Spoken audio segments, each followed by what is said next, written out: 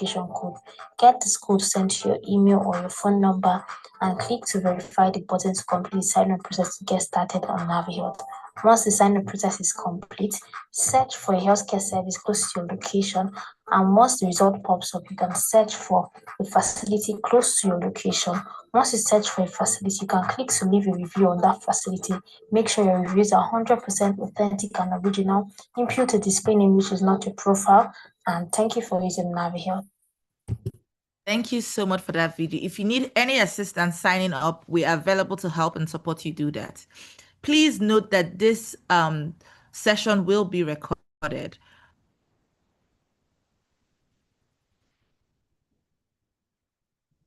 It's important that okay, so can you go back to your agenda just quickly so I can go over it?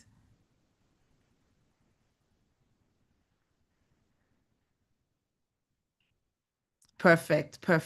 Okay, so it's important that we maintain some housekeeping rules. We want to see your cameras on. We want this session to be as interactive as possible. So please turn on your camera so we can see all the beautiful faces of everyone that is joining. The session materials will be made available as long as you registered for this session with your email. You will receive the materials after the session. Please use the raise hand buttons and the facilitator will unmute you to speak if you have any comment to leave. You can also use the chat function to put in your questions, do your introductions, and any comments that you might have. Please let your comments be respectful. We appreciate everybody's opinion. If you have any technical support, if you have any need for technical support, be it registering on our product or even taking any of the quiz questions, just put that in the chat and we'll get support to you as soon as possible. A quick run through for our agenda. We started off with introductions. We also have a pre-quiz. This quiz is just to help us understand the knowledge gained from the session. And then we go right into the didactic session for today. We have a case presentation so we can have, a great conversation. Everybody weighs in on the case presentation and we analyze it as a team. And then, of course, we have the expert insights from the presentation. We'll go into Q&A and then the post-quiz. And then we wrap things up. Thank you. I see that the introductions are still coming in the chat. Thank you so much for putting your introductions in the chat. If you're just joining, like I said, we're going to have a pre-quiz launched any moment from now. Please, this quiz is just to assess knowledge gain. Individual scores will not be used for this quiz. It's just to help us know the knowledge gained from the sessions. Can we go ahead and launch the pre-quiz?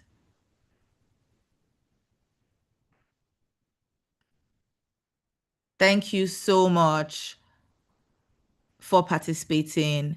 The pre-quiz has been launched. It's only 8 questions.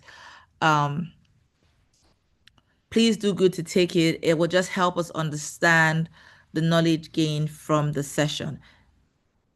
It's only going to be up for 5 minutes, so please take a moment to take the pre-quiz tests.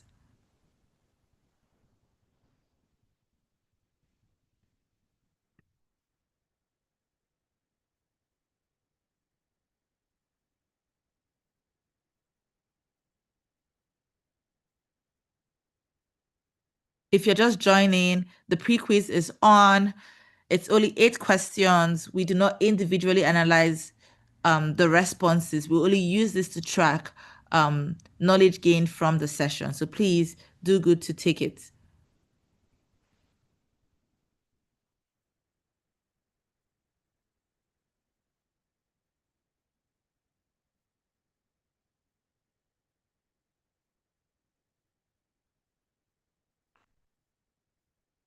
Let's keep the responses coming. We're 1 minute in. We only have less than 4 minutes to go. Would appreciate the responses to the pre-quiz. Like I said, no one on this call will be individually assessed for this quiz. It's just going to help us track knowledge gained from the session.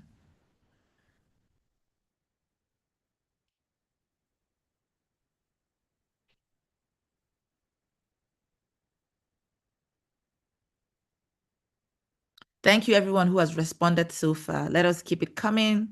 Let us keep it coming. We're 2 minutes in.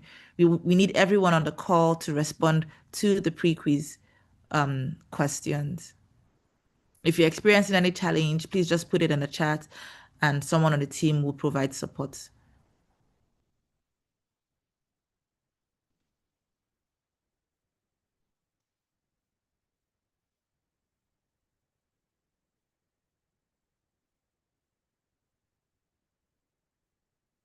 Let's keep our responses coming in. Let's keep them coming in.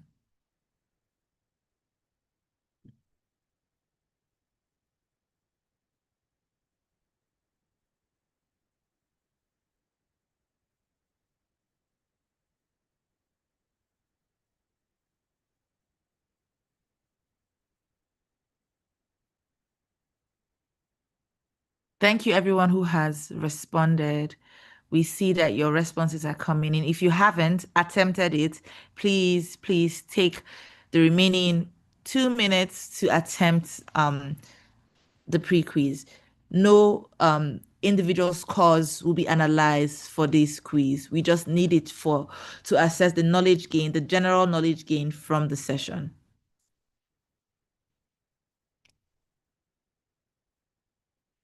We have less than 50% responding. Please, let's keep our responses coming in. We're really excited about this session. Thank you, thank you, thank you.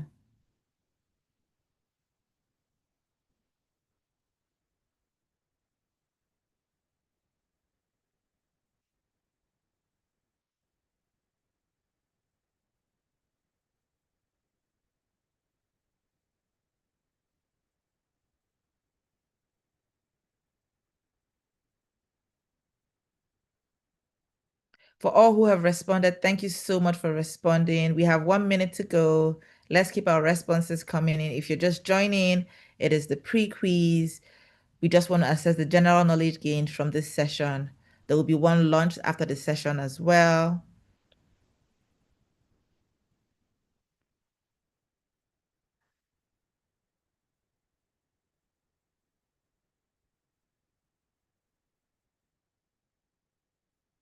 Thank you for all who have responded. If you haven't responded, please take 1 minute to respond to the 8-question pre-quiz.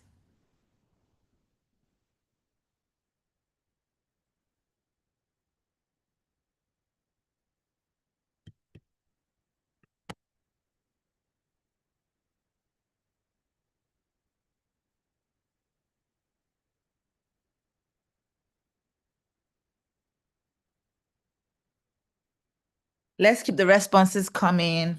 Let's keep the responses coming. We have 30 more seconds. If you haven't responded to the questions, please just take the remaining 30 seconds to respond. Like I said, no individual score would be analyzed for this. It's a general assessment of knowledge gained from the session.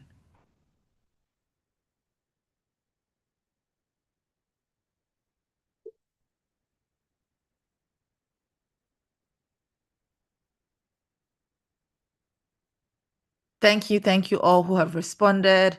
We'll give another 30 seconds to just get everyone on the call to respond to the 8-question pre-quiz. Thank you all so much.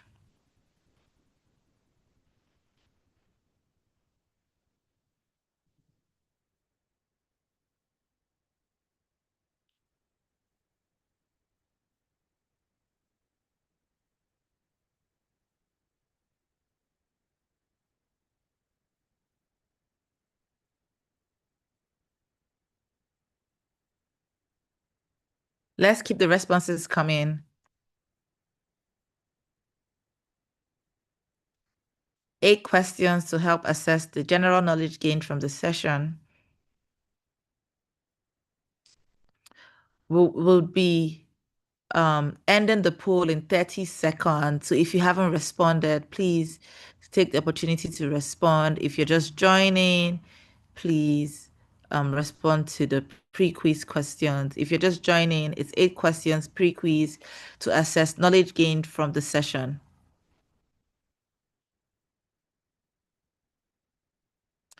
20 seconds more.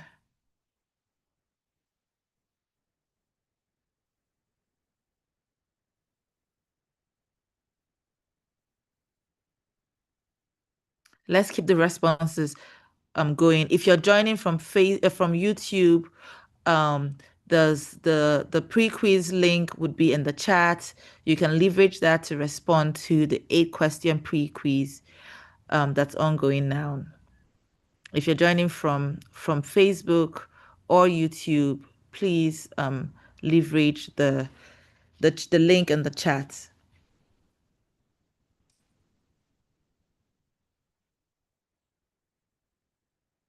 Okay, I think that in the next 20 seconds we can end the poll. Thanks everyone who has responded so far. Thank you so much for your responses. Thank you so much for your responses. You have 10 more seconds. If you haven't responded, please respond to the questions.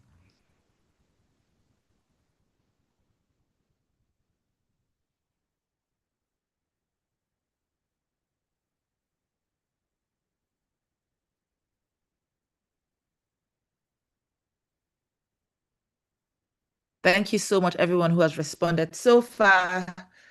Thank you so much, everyone who has responded so far. I think that we can go ahead and end the poll.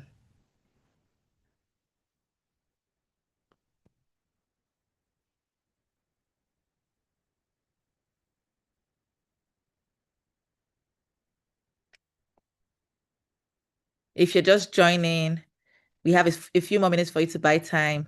Please just respond to the poll quiz questions. It's only 8 questions. If you've already responded, thank you so much, and thank you for your patience. We're going right into the session.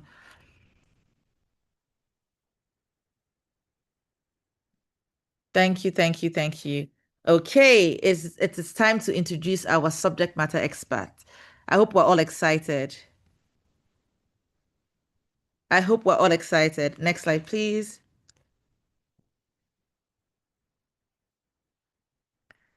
So today we have Dr. Maureen Fatani Shalaba. She has an MPH and a PhD. She's a public health practitioner with over 20 years of experience in global and public health, with emphasis on science of improvement and health system strengthening.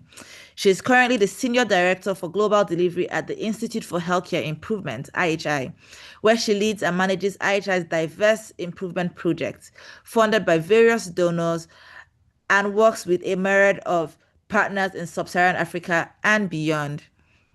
She is a trained improvement science specialist and has extensively led several improvement collaboratives in multiple countries. She is a content contributor and teaches IHI's in-person and virtual professional development programs globally. Before joining IHI 13 years ago, she's worked for the Elizabeth Glaser Pediatric AIDS Foundation. As a quality improvement manager, Dr. Shabala holds several qualifications, including a master's degree in public health from the University of South Africa and a PhD from Walden University, USA. She resides with her family in Johannesburg, South Africa. Let us give a very, very, very warm welcome to Dr. Maureen. We truly appreciate you doing this. We look forward to a very exciting session. Thank you so much. Please, I want to see the claps in the chat and the warm welcome in the chat. Thank you so much, Dr. Maureen. Thank you so much. I'm super, super excited to be here. As you have heard earlier on when you joined our call, the topic for today is driving change with purpose, applying quality improvement principles for measurable results. So I'm really looking forward to this session to be with all of you.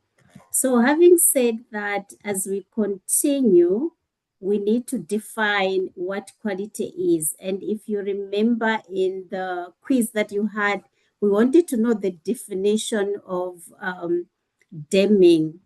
So Deming defined quality as quality, meaning it's meeting and exceeding the customer's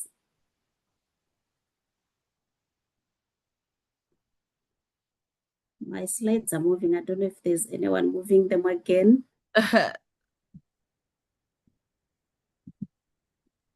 Can you let me control?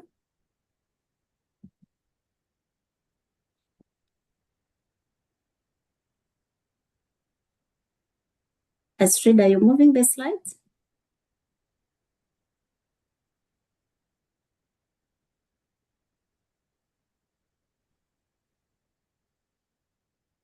Okay, let me control it. Thank you. Perfect. Thank you so much. Thank you. So we are saying quality improvement by Deming means exceeding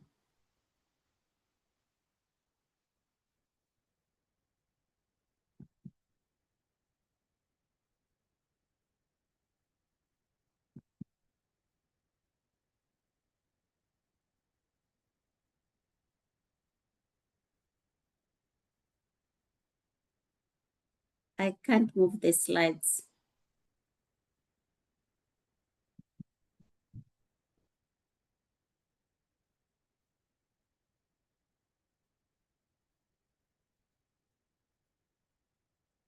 Astrid, can you give me control again? I just want to try for the last time.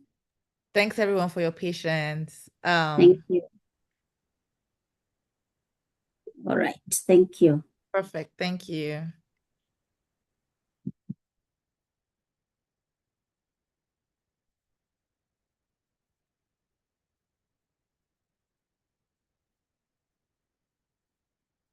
All right, so Deming defined quality as meeting and exceeding the customer's needs and expectations, and then continue to improve. So QI, or quality itself, is about improving and continue to improve. So it doesn't stop, it's continuous. So that's Deming's definition. And if you think about the clients that we see, our patients in our facilities, when you talk quality for them, they are waiting to be seen and having received the right care in the right manner, in the right place, so that we don't cut the wrong leg, and also the right time and all the time. So that's their definition.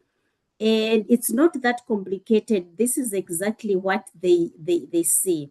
So having said that, QI, or quality improvement, is the science of implementation. It's where you close your know and do gap. So what you know as healthcare workers is more most times than what is being done on the ground. Remember, we do have our protocols, we do have guidelines, we do have a lot of resources that we have on the ground. But what we do is not always exactly as in the guidelines or the protocols. That's why we go in for more training, more mentorship, and the like. So quality improvement comes in to close that no-do gap. You close it to make sure that people are able to understand what is required of them to do. So for us to do that, there are several methods that you can use. We do have other methods like the lean methodology, the 5 S's, that can also take you to improve your services.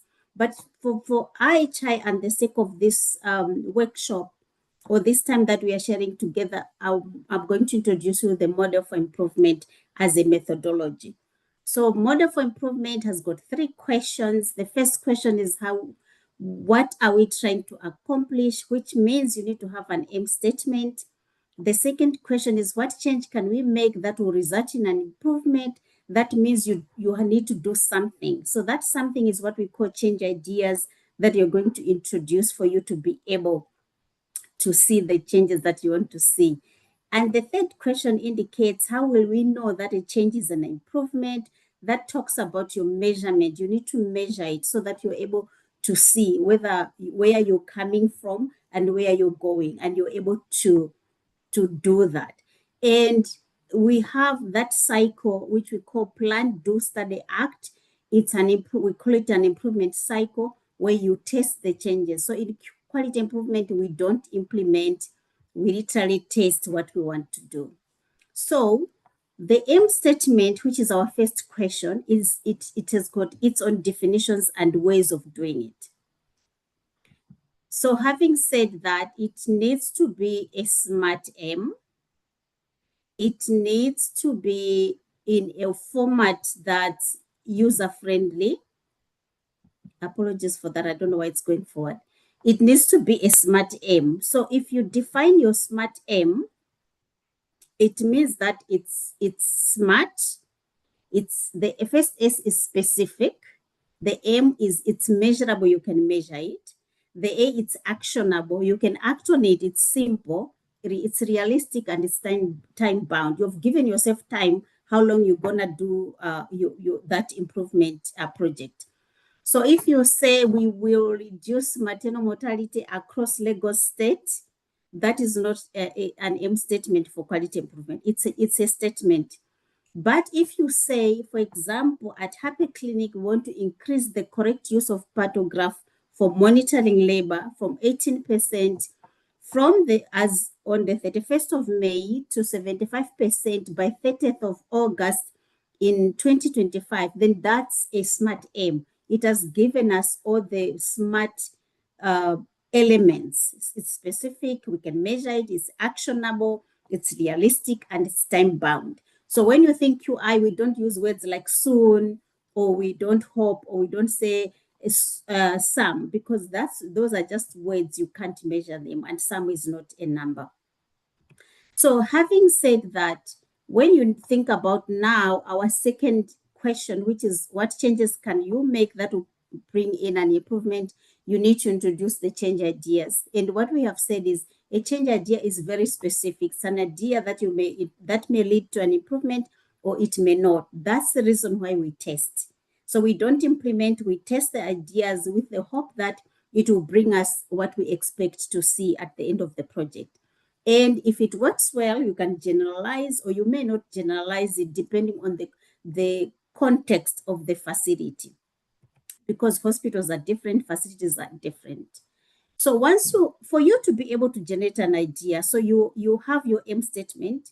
For you to be able to generate your idea, you need to understand your system first. If you cannot improve your system and you don't understand your system, you're not being able to improve it. So understand your system, where you are currently, what gaps you have, identify the underlying causes of the problem, and then select a priority problem that you want to work on in case you have several.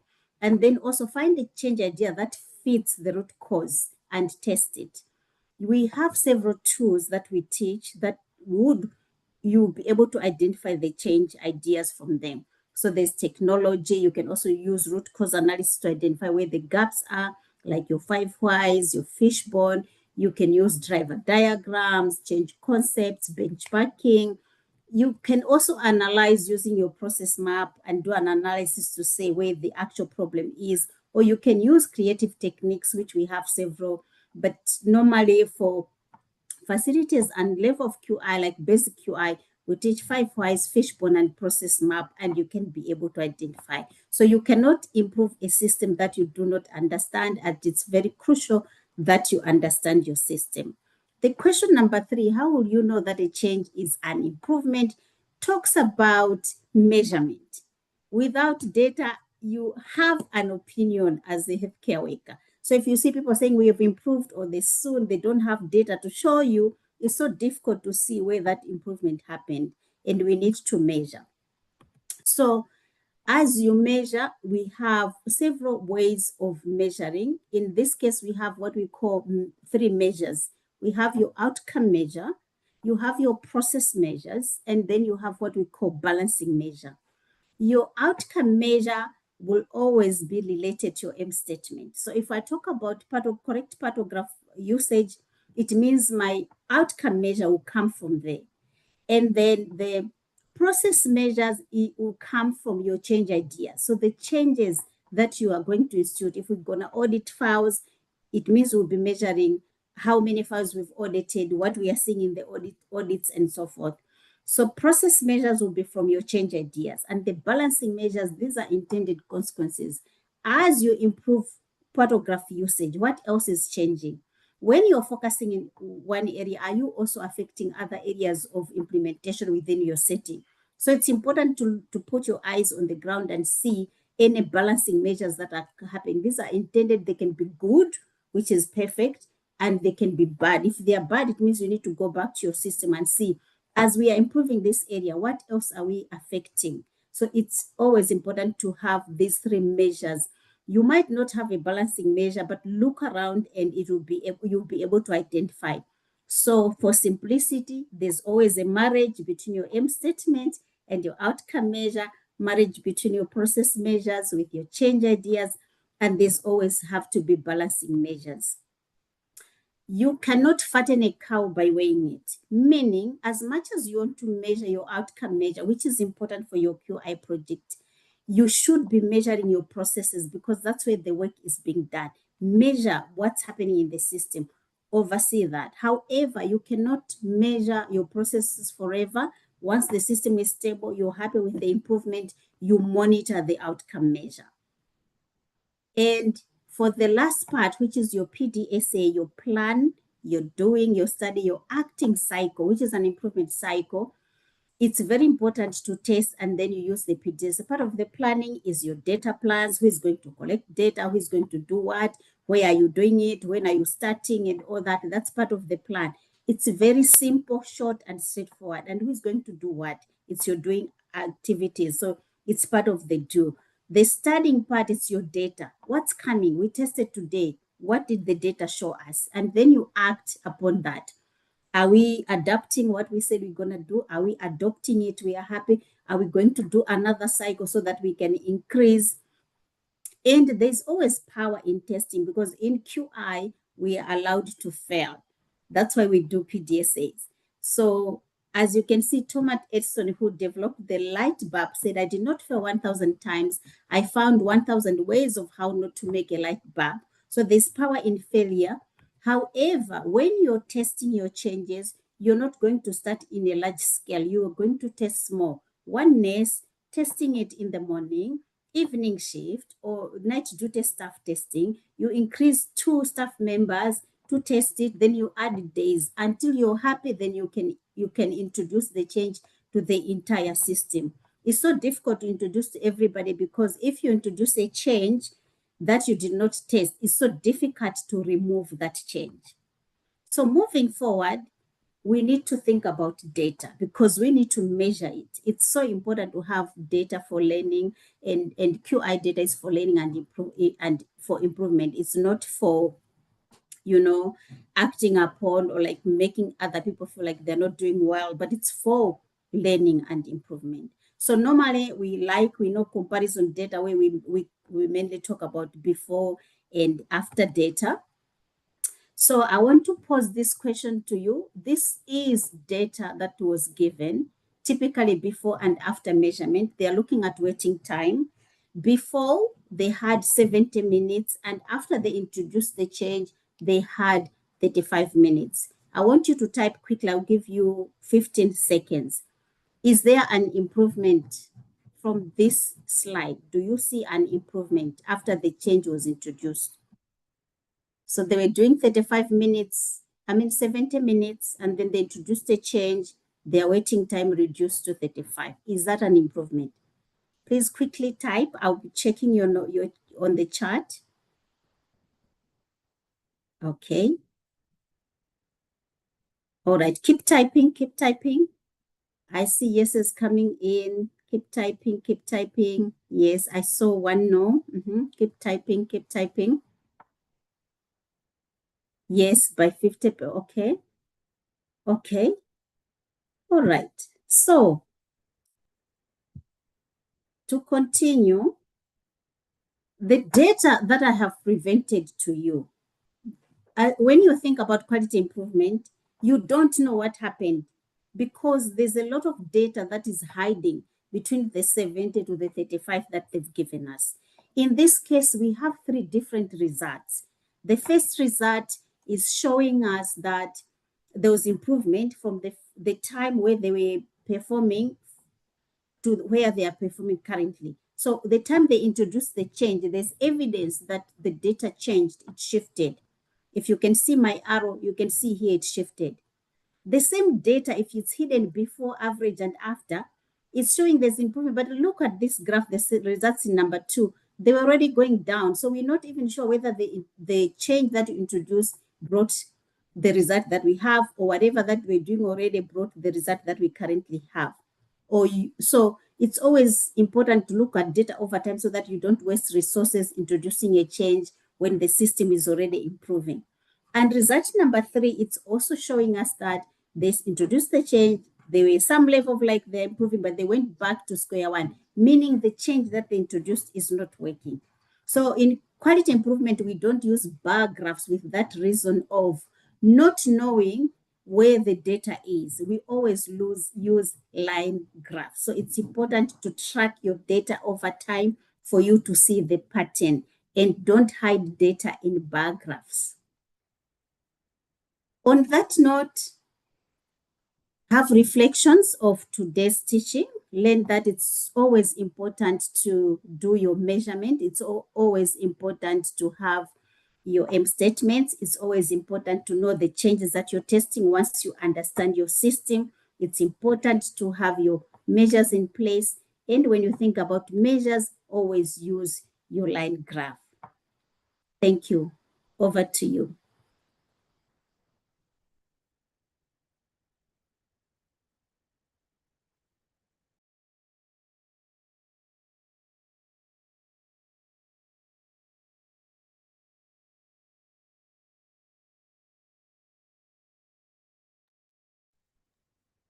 Thank you so much, Dr. Maureen. Thank you so much. Do we have our representative from the facility for the case presentation? Yes, Mr. Ogona, but he's watching at the conference room of his facility, so we might not be able to spotlight him. Mr. Ogona. You can spotlight the conference room. Okay.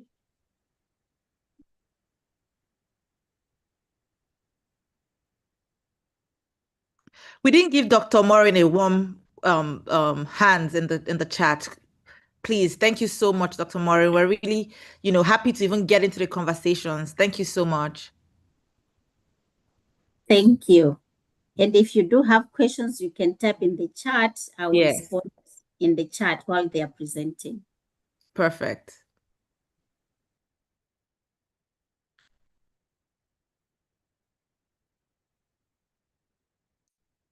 Perfect. I think we have Dr. Ogona now. Do we want to unmute him? Perfect. Perfect. Thank you so much, sir, for taking our time to even share this case presentation and even make our time to discuss it on the call. We really appreciate. Yes, thank you so much, sir.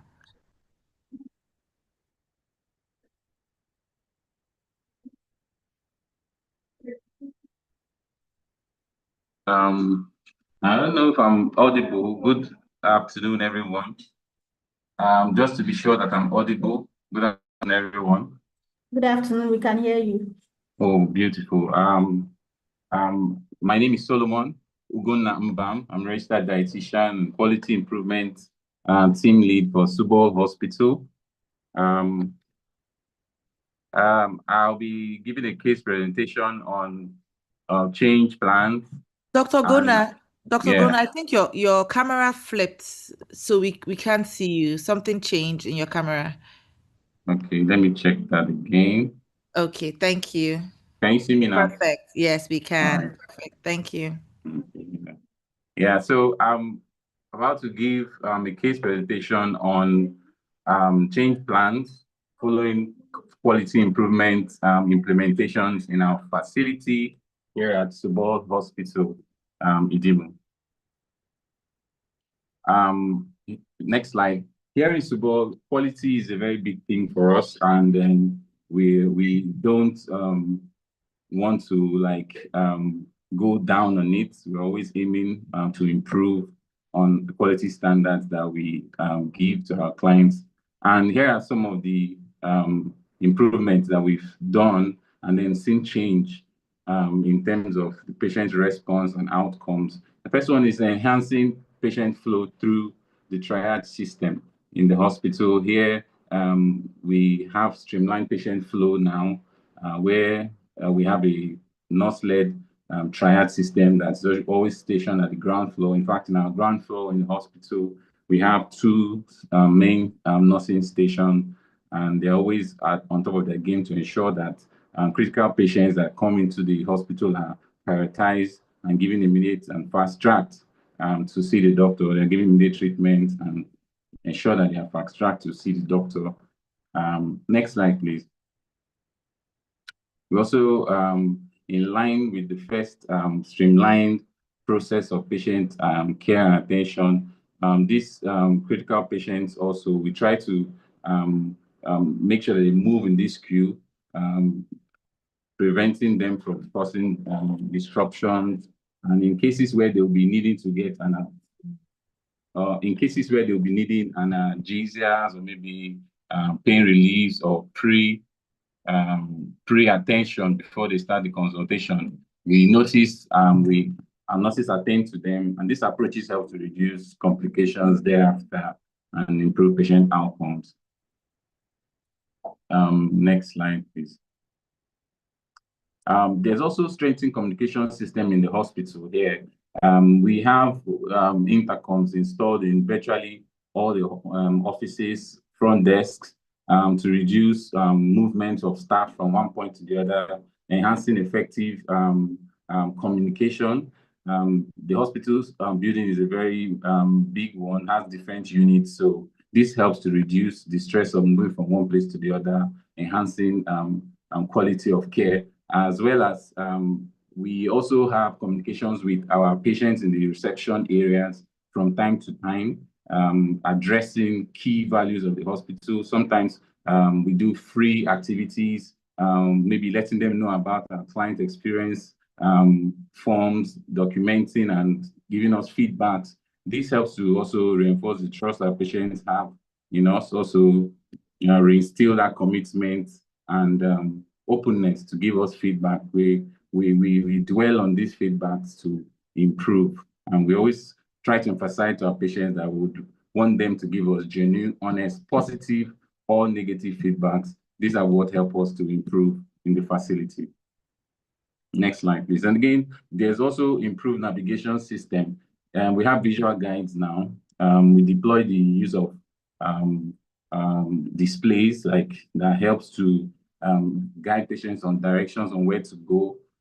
We made it in English, the recent development we've done, and it has really gone a long way to pacify patients, especially when we have a large number of people seated in the reception. This way, we are sure that the patients are carried along as to what is going on in this department, in the hospital, where different departments are located, and helps to reduce that confusion and complaints regarding how to go about in the facility. So we have this visual display, animated videos. We have it in English. We are hoping to have it in other languages like Yoruba, if possible, Igbo and Hausa, so that we can reach out to different people in the country. Next slide, please. So there's also expansion. There's sort of departmental restructuring and that we've done in the facility, and looking closely at the pharmacy redesign and staffing. In the hospital, actually, in 2022, we had to create a new building and dedicated it to the HMO department mainly. In that building, we have 3 consulting rooms, a pharmacy in that building, and this expansion helped us to deal with space. We now have expanded and in a way reducing hospital-acquired infections and other issues concerning navigation. Again, we also introduced private interaction areas in the pharmacy department, where the pharmacists can now have closed-door conversation with patients who have sensitive conditions or sensitive information to discuss. There's also a barrier that differentiates each of the points where you pick up drugs, so that it can also enhance patient confidentiality. The layouts now are now having barriers and no longer open spaces. Before, we used to have them without barriers, but this is an improvement that is worthy of note. Next slide. This is like a summary of the QI principles that we have put into play in our facility. And of course, it's all clear. Patient outcomes have also improved. This is a summary: streamlined patient flow, quality, and critical care prioritization, there's internal staffing and communication. And I also would want to stress on the fact that looking at the current situation of healthcare in the country, we have more people who are inclined to their health now. And that also made us push up the number of staff we have, both clinical and non-clinical, to meet up with the rising demand. We also have internal staffing communication improves, staff-patient communication also improved. You can see the impact on the left-hand side of the patient outcomes and engagement. And again, we have on the last side, which is trying to look through that slide. Yeah, all this put in play has really helped us to improve. And these are evidence that those changes that we made are driving towards excellence. Next slide. Yeah, so in conclusion, this is the overarching impact of quality improvement.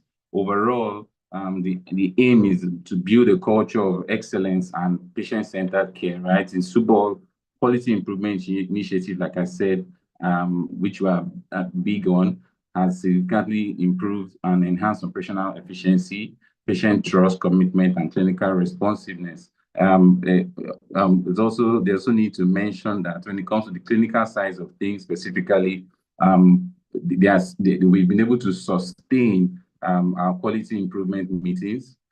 These meetings has helped a lot to carry new medical officers and other clinical staffs along. Every Tuesday morning, we always have that. It's very important. And again, the efforts that we demonstrate and commitment to continue learning, innovation, and adaptability is a very dynamic need in the healthcare environment. Staff morale also has improved to better coordinate and have clearer communication channels between units. Patients now experience quicker service, better navigation, and more personalized care, resulting in improved satisfaction and loyalty. Subol Hospital is positioned to be a model for proactive, scalable, and sustainable healthcare quality improvements in the region. This, I believe, will be able to give insight as to some of the key changes that have been made in recent times in the facility and what the outcomes are for us. It's something we want people to look into. In my slide, there are some few things that I just would like. Is there in the next slide here? But I want to add to the fact that when it comes to infection prevention and control, sorry, I might take some time. When it comes to infection prevention and control, Subol Hospital has always been upholding these key measures. And there's a new implementation we brought in. This implementation has to do with how to segregate waste. We consider these plastic bottles. We noticed that they contribute to the volume of waste that we dispose. So now we created a iron cage where we throw them in and dispose them neatly such that they don't contribute to volume. And also is a good way to recycle them, also creating revenue by the side for the hospital as well, and creating cleaner, creating safer environments for everyone. And you can see from the pictorial description, that's the cage where we drop plastic bottles now, reducing volume, like I said, creating cleaner, safer environments for us at the hospital. Middle one is a standard way for disposing waste in the hospital, which we work so hard to sustain. And that is the last one there is showing you the barriers in the pharmacy units, ensuring there's patient confidentiality and safety in terms of medical information that is being shared. Thank you very much. Thank you so much, Mr. Ogona, for that brilliant presentation. Dr. Maureen, so I'm Dr. Guti Anita here at MDoc. I'm the clinical associate, and I'll just be taking over. We just want you to maybe give us your insights on Yeah. this presentation. Yeah, and maybe some recommendation based on the quality improvement methodologies that you've shared, like maybe highlight what are the ones that they are implementing and what are some that they could maybe include, because I'm seeing amazing things that they are already doing.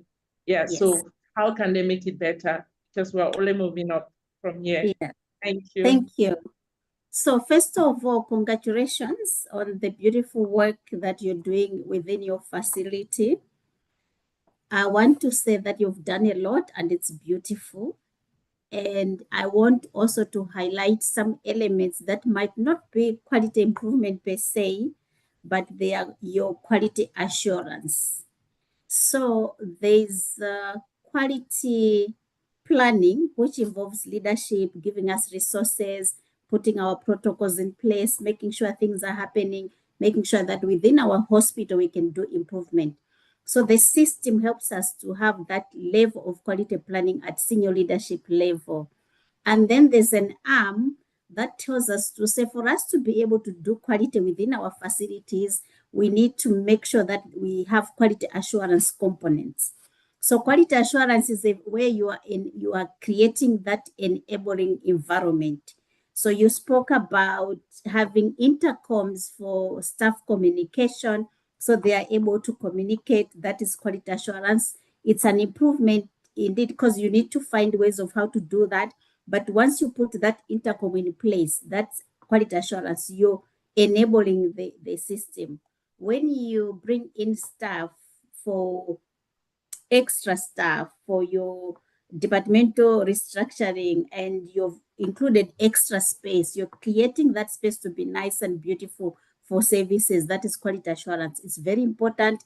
The resource, it's a resource because you can't measure it. You've done it. That's well done. And signage and directional visual aids, that's part of your quality assurance. You're making sure things are happening. You've done that beautifully well.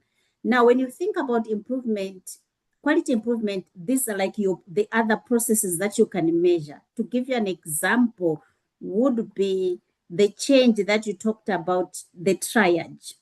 And so the triage is your change idea. You want to prove the system and you are reducing waiting time. So for you to reduce waiting time and to make sure that you're responding to the patient's needs on time, you've got several things that you can measure. One, you can measure the waiting time. What was your baseline when you started the project? What is the current? So thinking about QI, then you could give us a line graph. You might have it already where you're tracking the waiting time because you've told us the waiting time has reduced, meaning you have a baseline, you have current performance. So you can be measuring that, number one. Number two, you also spoke about having nurses in certain positions, certain allocations, or having healthcare workers in certain places. When you begin a project, you want to make sure that in those positions, are they actually there on a daily basis? Like, are they covering all the hours when you start? And if there are people that you've allocated, they're not in their areas of allocation, it means the fast tracking is not happening at that entry point. So you also measure the entry points just to see. When the system is stable, then you know that the teams will always be there. So there are certain things that you can already visualize to measure. There are certain things that you might not measure because it's quality assurance. So for your project, it's beautiful, it's well done. What you can measure waiting time, share with the team next time, or if you have it, it's beautiful, the waiting times, and also monitor your waiting time so that anytime, let's say right now, waiting time is 30 minutes, and all of a sudden it goes back to 1 hour, you go back to the system and revisit. What have we changed? What's not working? We're still doing triage. What are we not doing well? And also you can track your conditions that needs an alarm so that anytime from admission, before you even want to scrutinize the patients, you know what conditions you need to fast track, which ones give you problems that you need to fast track, whether it's your coughing patients, you are querying TB, those needs to be fast tracked. You already know. So from reception, when they are giving them their files, they're coughing, they can actually be triaged from that point to go to where you want them to go. But well done. I'm super excited about the work that you are doing. Let me pause there. Thank you. Yeah, thank you, ma'am. Thank you so much, Dr. Maureen. Those feedbacks really are really important because, yeah, I see that they're doing a lot, and Yes. that data will just go on to show, like, visibly, you can stay using numbers. We Yes. had, yes. So thank you so much. We're having quite a number of questions in the chat, and I see you already started addressing some. I will just highlight some so that you could. I think we have a question here. How do you ensure that quality improvement initiatives are sustainable and long-term? Yes. Lovely. That's a very, very good question. So my advice to everybody who is here and they want to initiate their QI projects, think about sustainability from the beginning. So most times we fail to sustain the improvement because we start thinking about sustainability once we see the changes. But begin to see your sustainability as part of your planning. So when you do your QI planning, already think, when we see the changes, how are we going to sustain our improvement? What resources are we going to need to sustain it? Who is going to help us sustain it? To give you an example, if we do, like us as an external partner, if we come to your clinic and support, I would want to see the work or the support that I'm giving you, who is going to do the continuous work from the beginning. So put in mind sustainability from the word go. Think about resources, think about people, who's going to do what. Think about funding, if you need funding, if you need money to buy certain things. Sometimes, I'll give you an example. You can use a change to say we're going to use mobile apps for our patients to change, or we are going to supply phones for people to try and change. You see the change because you've supplied the phones. Once the phone is no longer there, you go back to square one. Or you look for resources for a shorter period, whether it's test machines or some test buds, or sputum bottles, or test kits, for urine or pregnancy test, anything that you want to do. You can have resources for a short time. So if you want to sustain, you are ordering 50 bottles. We are starting QI, then you need to up your budget. Budget is also part of sustainability because now you'll be ordering more. If you can't include it in the budget, you can't sustain. So budgeting is important. People are important. All the resources that you require for sustainability are important, and that will only be functional from the beginning of the project. Include it in your plan, in your quality plans. Thank you very much. I think one thing that came to my mind when you were saying is that you need to start maybe small and then you build up. Yes. So we have another question that's what protocols can we put in place for proper and timely referral? I'm trying to get who asked this question. I don't know if that question is clear enough. It is. For you. Okay. Yeah. So for me, if you think about protocols, most times protocols are there to guide us, but protocols use context of the facility. So in a setting where we are talking about moms, you're talking about probably pregnant moms that needs antenatal, they've got a complication, we need to refer them to another level. The system or the protocols that we need to have a proper protocol or a guideline that's talking to the entire health system. So it must speak to the primary healthcare level. It must speak to the hospital where we are referring to the patient. It must also speak to the patient. In other words, the patient should engage with the primary healthcare, should engage with the hospital, and we need a look back for the primary healthcare to get feedback that the patient went to the hospital, seen, and this is the result. However, most times where we have failed with referral systems, the protocols or the guidelines that we currently have is driven by the patient, because sometimes we give the patient a note to take it to the referral system or to the referral hospital. Even if we phone them to say there's a patient coming, it doesn't work like that in primary healthcare. We give the patient the document to send to the hospital. But we need to engage our hospitals with its feeder clinics, There has to be an engagement of how we want our protocol, our guidance to look like. So in another project that we are working within our setting in Nigeria, you might have heard about Project Aisha. We do have a referral system that's currently functional. Reason being there's communication between healthcare workers from the primary healthcare center to the hospital. They take a picture of the referral note, they send it on WhatsApp to the hospital, they give a copy to the patient takes that form to the hospital, and once the patient is seen, they fill that template, they also take a picture and send it back to the hospital. So there's that. If the patient doesn't arrive at the hospital knows the patient didn't arrive, the clinic knows they didn't arrive. So you also know a group of patients that you are missing in the system. You also know that those that have arrived, and you already have a note of what they were told or what were the findings. So there's that two-way communication between primary healthcare and hospital using WhatsApp, which is a simple tool. Of course, we need to keep confidentiality of our hospitals, and we need to figure out how we're gonna do that within our own setting, not letting also continued involvement of the patient, because they'll still bring their paper, but we know we have already communicated as healthy facilities, not just depend on the client. So that's one way that you could also look at it in terms of referral systems. Thank you. Thank you, Dr. Moore. That's really amazing, because also that communication also helps with preparedness. The other hospital is already ready for the patient when you're coming. So we already know why you're coming, and we can make things available for your care, to facilitate your care. Thank you for that. So another question is could you clarify further on how, say, case number 5 regarding departmental restructure, which involve additional new buildings / infrastructure and recruiting additional staff, employed quality improvement methodologies? As in, how does this building infrastructure, getting more staff, how does that link up to quality improvement methodologies?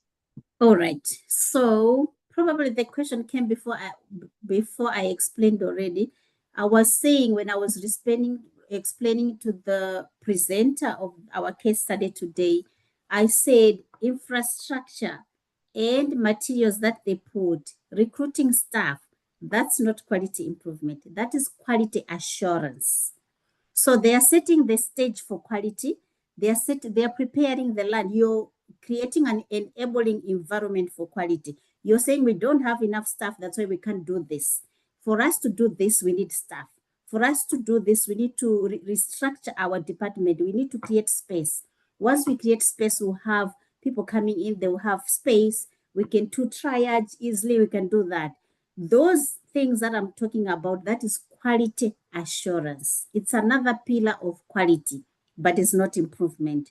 The minute you set systems like that, you've put your people, you've put the structure, you still need to do the triage part. Now, if you do the triage part, that is quality improvement, because you've brought in a change idea that you can measure. So you'll be able to measure to say, now that we've increased staff, we've increased staff and we've made our place spacious. Is it improving our waiting time? If waiting time is the same, it means there's something wrong that we need to do, or something that we need to look into. Then you measure your waiting time, you start changing your systems, you start introducing other changing, which are like processes to aid your quality assurance. You've done enabling environment, you are now doing changes to bring in your quality improvement efforts for quality care or quality services. Thank you very much for reiterating that, because it's, for me, I feel like quality improvement is the way to go in our everyday life. And that brings me to the next question that says, what are the most common barriers to embedding quality principles, let's say quality improvement principles, into our day-to-day operations? Yeah, what are some of the barriers? Great question. One of the barriers is that us thinking that we cannot improve because we don't have enough staff. We cannot improve because we don't have all the resources. So one barrier is our mindset, especially if we think like that. Because QI is literally using the resources that you have. You are 2 nurses in a department. How can you streamline your work to make it better? That is QI. Without thinking about another human being or another staff member. Because remember, staffing takes forever for us to get a new extra staff. We need to motivate. It doesn't mean they'll come next month. It can take 6 months. It can take a year. But with the resources that you have, you need to be able to do improvement. And also, the second thing is we want to start big. QI is small elephant bites, 1 bite at a time. Look at your low-hanging fruits. You have lots of problems. What can you change within days? Start small. That starting small, when you see improvement, it motivates you. Then you take the next problem. You take the next, you don't do all problems at once. That's overwhelming. You want to do any QI. QI start small and add incrementally, start doing other work as well. Number 3, as much as we are saying we have to use the resources that are available, the stuff that is available, make sure that you have the basics. So basic resources must be available. For example, we know for a patient who is bleeding or an antenatal mom who needs to come to our facilities for services, those basic requirements should be in our facilities. Then we'll be able to do QI. But if the basics we don't have a stethoscope, we don't have a bed where our patient can lay on, we don't have your normal basic resources, then it will be so difficult to do QI. But mostly it's our mindset if we want to think big. So start small and add other problems as you go in. Another barrier is also if we don't understand the system. So it's always important to digest, the problem itself. Make sure you are able to understand your system, find the root cause of the problem. Because if you don't find the root cause, it becomes a huge problem for you. You cannot implement QI.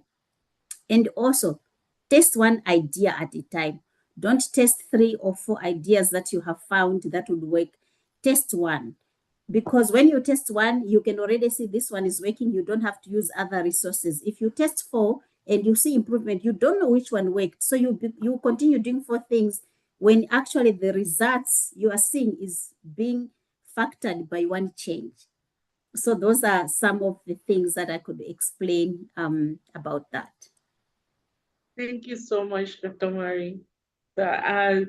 Actually, I feel maybe we have been focusing a lot on quality assurance, and then we are not really doing those quality improvement, implementing those methodologies, and also addressing. I think one thing you said that stood out for me was that root cause, always understanding the root cause of the problem. That also helps you to develop change ideas. Thank you so much. We see some people still dropping some questions. If you could maybe just address them in the chat so that we could have our post quiz, and then maybe you now go over the questions. And if there are other things that you could add there, then you can add that. So thank you everyone for the questions, for the engagement. It's really, it shows that we are really interested in the topics and we are like following up. Can we just maybe use this time to take our post quiz? Can we have, okay, the quiz is up now. They are the same questions we had for our pre-quiz. It's just to test, to see how much we've learned. We're not going to send your scores anywhere, just for us to assess knowledge gain. So just please take the quiz. We have just 8 questions. Can we assess the quiz? If you check on your screen, it should have popped up by now. Are we able to access the quiz? If you're unable, you can write in the chat and somebody will direct you on how to do that. We have just 8 questions.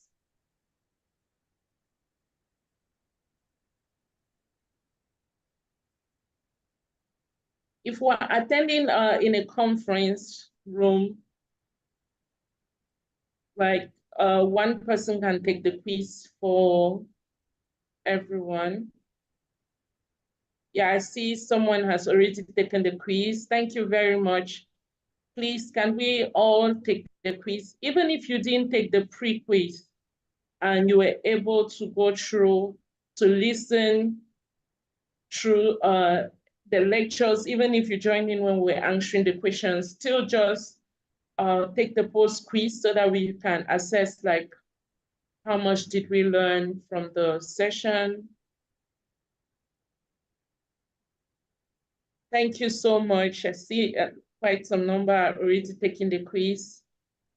Please keep it coming. If you're struggling, if you're having any challenge with taking the quiz, please, you can drop a message in the chat and somebody will give you directives. Okay, you can go to the 3 dots on your screen, right? You can go and you check on the pool/quizzes, just click on it and the quiz will pop up.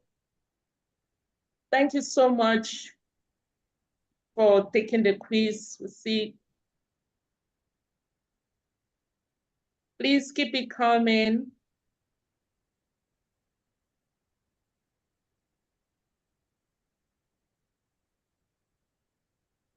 You could still drop your questions if you have any in the chat.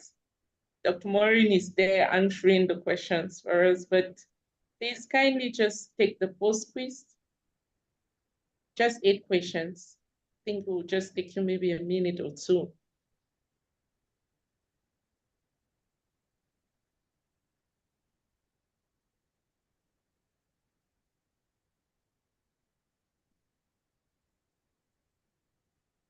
Andrew, have you been able to access the link? Please, if you're still unable to access the link, you can just notify so that you can get some directives, some help. Thank you so much for taking the post quiz. Please keep it coming.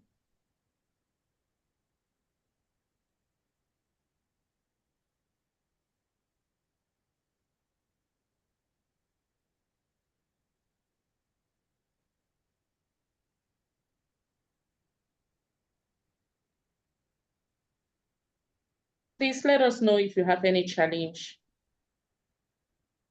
With your phone, you can still take the quiz. I see somebody.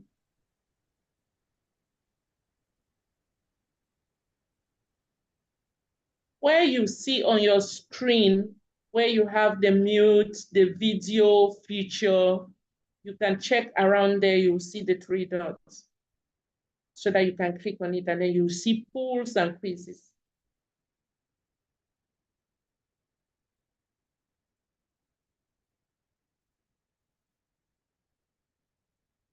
Please keep the responses coming.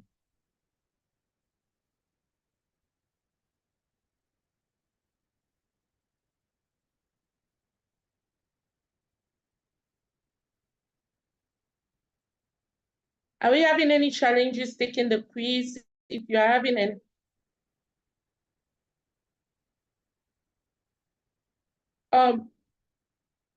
Madam Ronke, can you just check on your screen? You will see some 3 dots on the screen about like where you have the mute, the video. You see some 3 dots, you click on it and you look for pools/quizzes. You click on it and the post quiz will pop up. Thank you for those that have taken the quiz. Please keep the responses coming.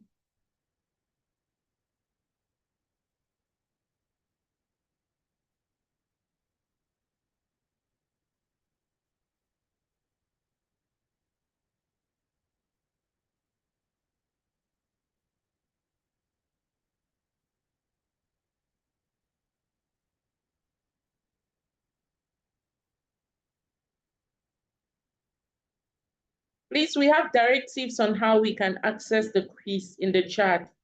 Just read through and then you can go and be able to take the quiz.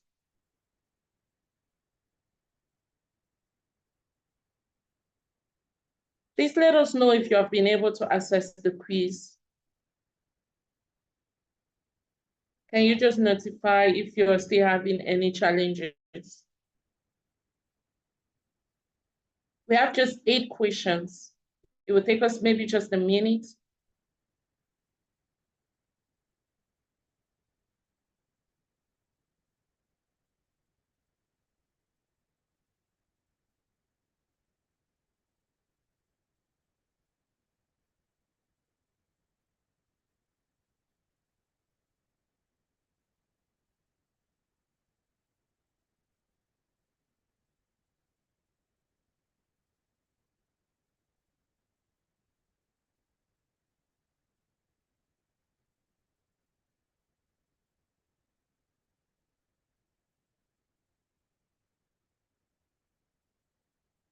Can we please have, are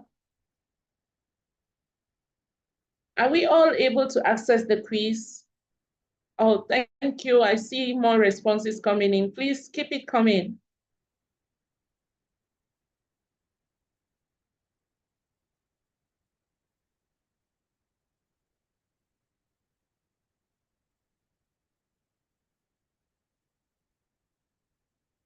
Ronke, just look for the more button. If you're using your phone, you can look for the more. Where you see more, you just click on it. Then you will see pool and / quizzes, and then you click on it. Then you will be able to access the quiz. Please let us know if you have been able to. Please let's keep our responses coming.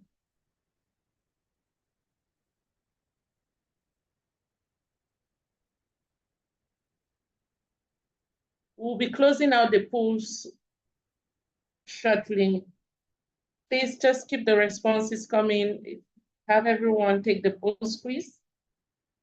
You could still take the post quiz even if you didn't take the pre-quiz. We just want to assess like how the knowledge gain.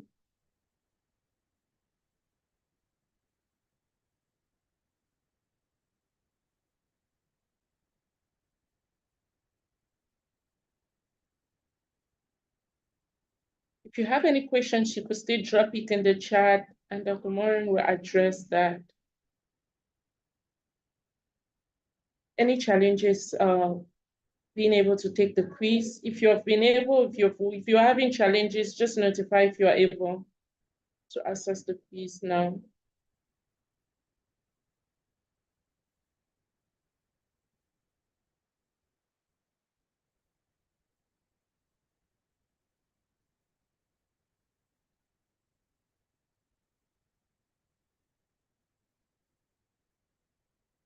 Okay, we'll be wrapping up with the quizzes soon.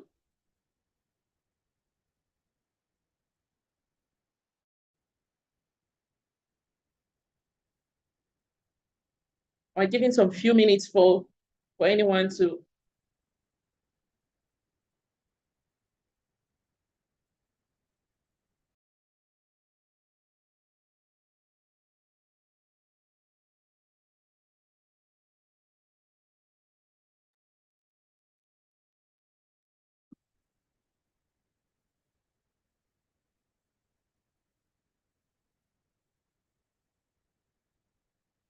Please, we still have to go over the quizzes together with Dr. Morin so that we can get like what exactly was expected, can help us to understand more some of these quality improvement principles. And if you have any question, any further clarifications, please don't hesitate to drop them in the chat.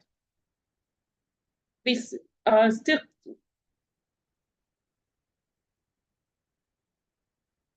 Okay, we'll be ending the poll.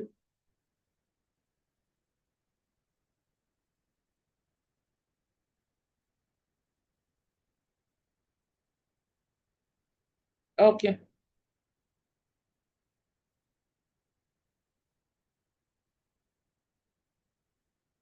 Okay, so Dr. Morin, can you see the we can take the questions now, and maybe you explain the right answers. Yeah. All right, well done. First question, those that have responded, we've got 97% because the answer is, the question is, Edward Deming's definition of quality is meeting and exceeding customer needs and expectations and continually improving. You got that right. Thank you so much. Only one person who responded differently. The second question, what does QI stand for in healthcare improvement? You've 100%, it's quality improvement. The third question, what is the main goal of the model for improvement? You've rightly responded to improve health outcomes through structured change. So that's why you need to find those change ideas. It's structured. You must have an aim. You must understand the system. You test your changes, and then you can see improved healthy outcomes. Correct? Well done. The fourth one, what does a SMART aim statement include? Well done. It's 100% as well. It's specific, it's measurable, it's achievable, relevant, and time-bound goals. The fifth question is, what is a change idea? We have 97%. One person said a random suggestion. So it's not a random suggestion. It's a specific testable idea aimed at improvement. So you really sit with your team, think about the ideas that have come forth, and you pick the one specific idea that you want to test. That's a change idea. The number 6, I have like 84%. Question about balancing measure. Which one of the following is an example of a balancing measure? So it's anything that is an intended consequence of a change. So to give you an idea, you are improving waiting time in OPD. And you realize, so when you think about this balancing measure, you look at other systems. Now you're improving waiting time in OPD, and you've really seen there's an improvement. Patients are waiting for 2 hours. Now you only have 30 minutes is their current waiting time. When you do QI, you look at other systems. You go to pharmacy also, check in pharmacy. Is the waiting time reduced? Now, waiting time in pharmacy, let's say, was 45 minutes. But now the patients are waiting for 2 hours in pharmacy. It means that we have improved this particular system of OPD, but we've created a bottleneck in pharmacy. So we need to find ways, how are we going to help the pharmacy team also to move with us to reduce their waiting time? That is what we call a balancing measure. You look at what's happening. However, if you're improving triage system in OPD, you've also introduced triage system in pharmacy, both areas, or you haven't even introduced it, but both areas you see improvement in waiting time, that is a positive consequence, which is a good one. Then you continue with the process. So most times when you start QI projects, you will not know what your balancing measure is, but you need to look into the system. Some balancing measures, you can already think of it if your change is involving supplies of certain elements, because you already know that I'll need more of that. I'll have stock outs. That consequence, you can already deal with it from the beginning around your quality planning. You can already think of that as a balancing measure that you foresee. So the correct answer is the consequences indeed. Number 7, you can't fatten a cow by weighing it. Lightly said, 89% have answered correctly, is measuring outcomes without acting on them. So you don't just have to measure your outcome, act on it, check your changes, check what you have said you'll be doing, and then you close that gap. Well done. The last one, PDSA. I still have people who are like planning, design, solve, assess. No. Prepare, do, study, act. No, you don't prepare. The last one is the correct one, the team that got 66%. You plan, then you do it, then you study your results, then you act upon your results. So it's planning, doing it, studying your results, and acting upon your results. Thank you so much. Thank you so much, Dr. Mori. I want us to use like 5 seconds to clap for ourselves in the chat, because these responses are very encouraging. Like, we have more than 80% of people were following. It shows that we were following and we've grasped what we were trying to communicate, and we are encouraged. I think, Dr. Maureen, we are on the same page. We are encouraged that we see that there will be some implementation of this quality improvement methodologies, and definitely we'll see improvements in our healthcare settings. Well done. Thank you so much, everyone. Thank you for all those that took the post quiz, and amazing results, everyone. Okay, so can we go to the next slide? So we already had the responses to the post quiz. So we're going to take this moment to just announce that we are having another exciting tele-education session coming up, and this one is on antenatal care utilization. So plan your 26th of June, 2025. If you have something doing, please just set out from 3 p.m. and give it to MDoc so that we can have another exciting conversation around antenatal care, so that we can build our healthcare system together. So we're just quickly going to have our reaction survey. Just tell us, how was this? How was the session? Did it meet your expectation? Was it helpful? Was the speaker helpful? Just share with us. 5 questions will just take you 30 seconds. It's already on your screen right now. Please, if you could just fill out our reaction survey. Thank you so much. We have all been so amazing. Thank you. Please keep the reactions coming in. We already have some people putting in their reactions. Thank you so much. Thank you very much. Thank you. We're having a comment even, very insightful. Please just take the reaction survey so that we can have this information all in one place. Thank you for the comments. Dr. Maureen, I think you should be receiving your flowers in the chat. So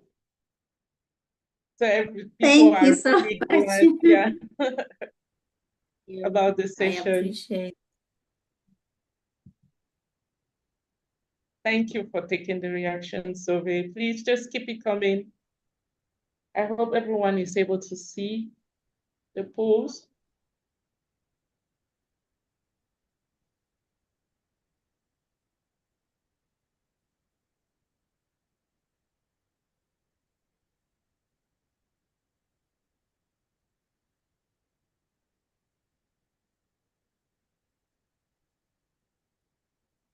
We see some people asking about the slides. They are going to be shared with us. It will be shared to you through your email, the email you use for registration. For those that registered as a facility, it will be shared to the email that was used, and every other person can access it. Thank you all for taking the reaction survey. Please keep it coming. We have just 30 seconds for that.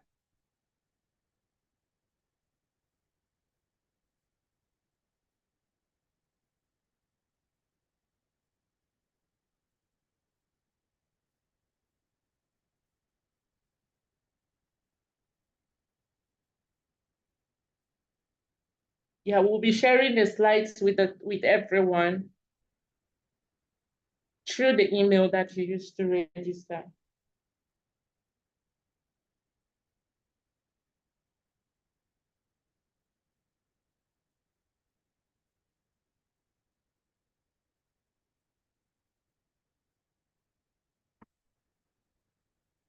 Can you keep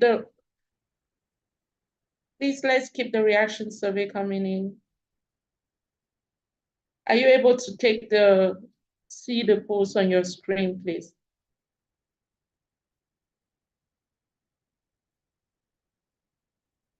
So we also have The session will also be posted on YouTube. Please go on YouTube if you want to go over the slides. Maybe just listening to it, you can still do that on YouTube. Okay, so we're going to be ending our survey now. Thank you all for sending in your reactions, for being here with us, for listening. Thank you so much, Dr. Maureen. Thank you, Mr. Ogona, for presenting what you've been doing in your setting.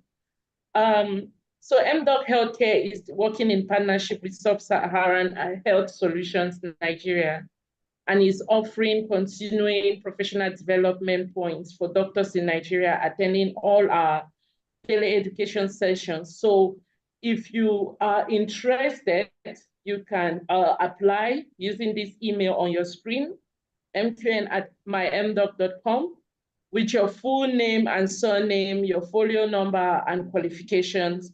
And then we have like a small fee of 5,000 naira if you need your certification, right?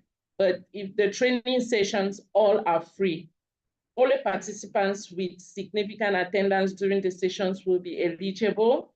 So remember our next session that is coming up on the 26th of June. So let's plan for that. Next slide. So thank you all for joining us for this session. Thank you very much, Dr. Maureen. Thank you for everyone that joined and participated in the session.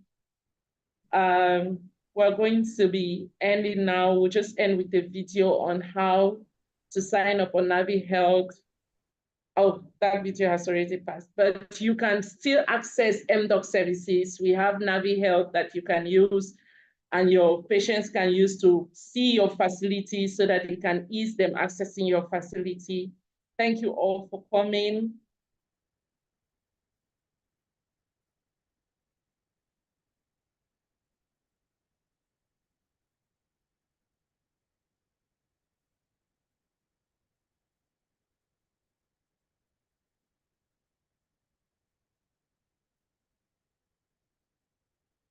Thank you so much for coming. So see you in our next session on the 26th.